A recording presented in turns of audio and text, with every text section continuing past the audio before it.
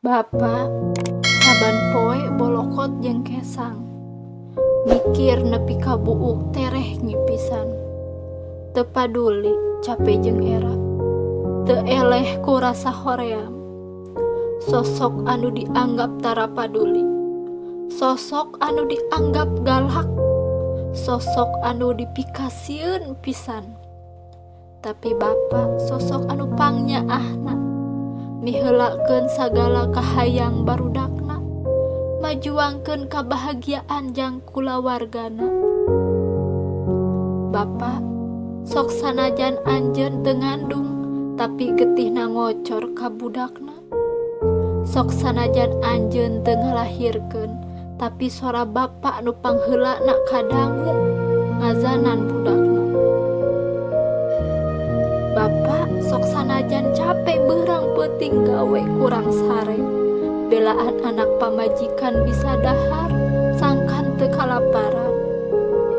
Sok sanajan Bapa teu bisa meuli baju, nu penting mah anak pamajikan bisa make baju.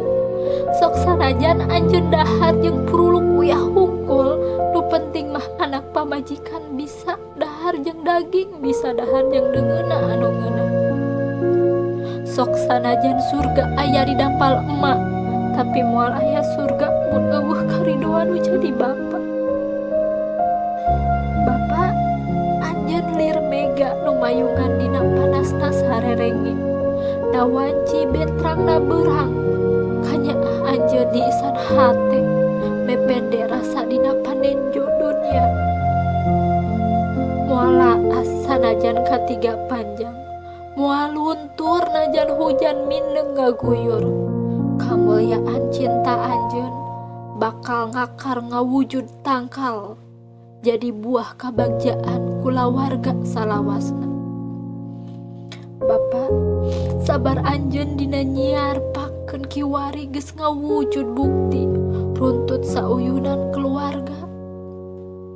Hampura abdi Bapa upami baheula ieu diri teh loba pamenta, nganggap gampang sagalana, gurung gusuh kudu dicumponan. Ayeuna mah geuning karasa capena asruk-asrukan neangan kabagjaan teh. Hampura diri ieu can bisa mulang tarima, boh ku basa atawa carita, komo deui ku harta.